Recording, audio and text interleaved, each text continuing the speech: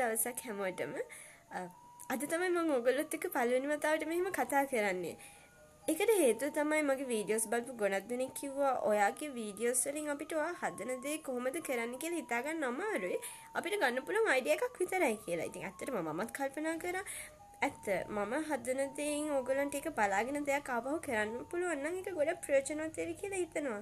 ඉතින් අද පළවෙනි වතාවට මම හිතුවා ගොඩක් සරල හැබැයි ඒ වගේම ගොඩක් කියුට් දෙයක් කරන්න. ඒ තමයි මේ වගේ දෙයක්. පින් දාන පොඩි බෝතලයක්. පින්ස් විතරක් නෙමෙයි මේකට ඕගොල්ලන්ට වෙන කැමති දෙයක් ඇතුළත් කරන්න පුළුවන්. මේක ගොඩක් පුංචි ඒ වගේම ගොඩක් කියුට්. ඒ වගේම මේක හදන්න යන්නේ හරිම අඩුම ද්‍රව්‍ය ප්‍රමාණයක්. මේකට ඕගොල්ලන්ට කැමති ෆැබ්‍රික් කලර් එකක් යූස් කරන්න පුළුවන්. හැබැයි මම කැමති කළු පාට නිසා මම තෝරගත්තේ කළු පාට. මේකට ඕගොල්ලන්ට ඕන කරන්නේ කැමති ෆැබ්‍රික් එකක්. ඒ වගේම ඒකට හරියන රේන්දයක්, පරණ බෝතලයක්, පුළුන් ටිකක්, ඒ වගේම පුංචි කාඩ්බෝඩ් කොටසක්. මේක සරසන්න මම මේ භාවිතා කරලා තියෙනවා වගේ ඔයගලන්ට පුළුවන් පොඩි මලක් එහෙම නැත්නම් ජුවලරි කොටසක් මොකක් හරි ලස්සන දේවල් පාවිච්චි කරන්න. ඉතින් අපි බලමු කොහොමද මේක හදන්නේ කියලා.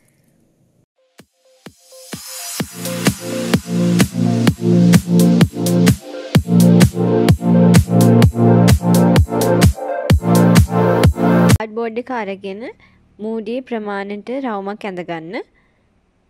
ඒක ගානට කපා ගන්න.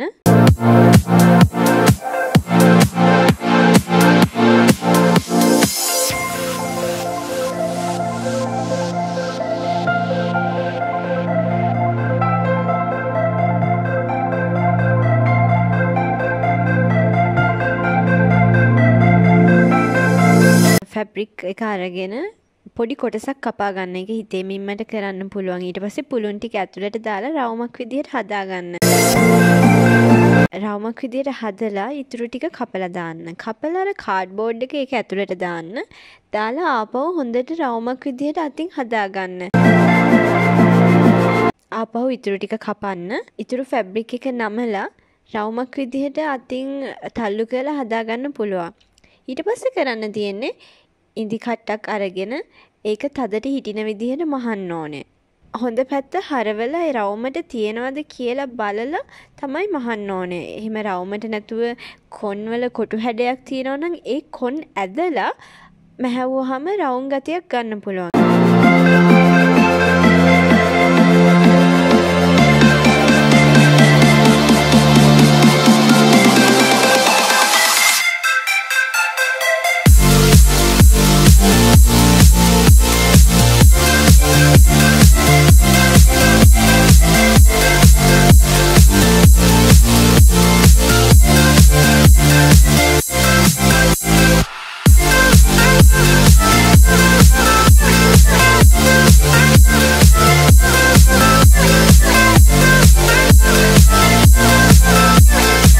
අවසානයේ නූල කපලා අතින් ගැටයක් දාන්න. ඒක ගොඩක් පහසුයි කියලා හිතනවා.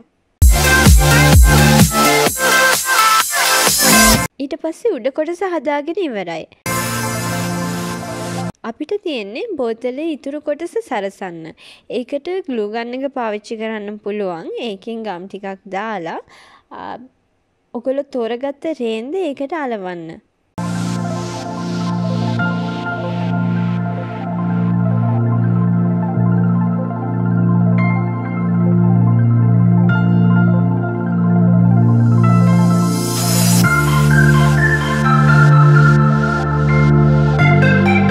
ඊට පස්සේ මූඩිය උඩටත් ගම් ටික දාලා හදාගත්ත රවුම අලව ගන්න. අතින් හොඳට තද කරන්න. එතකොට හොඳට ඇලවෙනවා.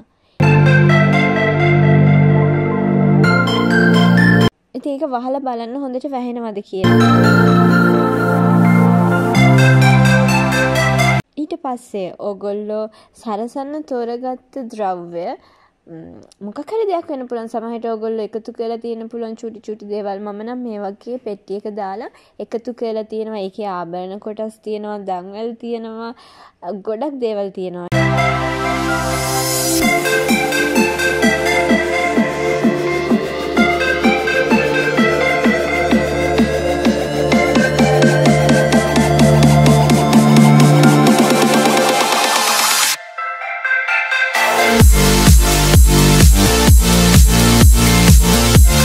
මම එක සුදුසු කෝණයකට තිබ්බා තියලා.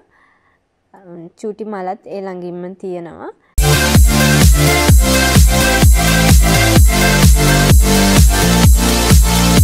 ඉතින් අපි දැනටමත් හදලා ඉවරයි. දැන් තියෙන්නේ ඔයගලන්ට කැමති දෙයක් ඒකට පුරවන්න පුළුවන්. ඇත්තටම හැදුවේ පින්ස් වලට. හැබැයි මට හිතුණා පින්ස් වලට වඩා ඒක ගැලපෙන්නේ බොත්තම් වලට කියලා.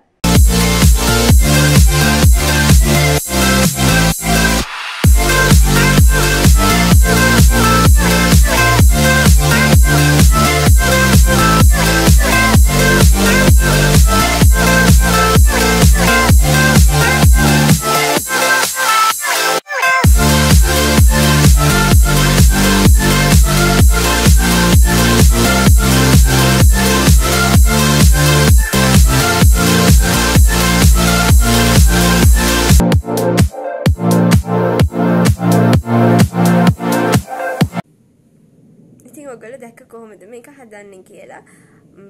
ඔයගොල්ලෝ මගේ වීඩියෝ එකට කැමති නම් ලයික් කරලා ෂෙයා කරලා සබ්ස්ක්‍රයිබ් කරන්න අමතක කරන්න එපා. ඒ වගේම ඔයගොල්ලොත් මේක හදලා බලන්න. ලස්සනට එවි කියලා හිතනවා. එහෙනම් සුබ දවසක්.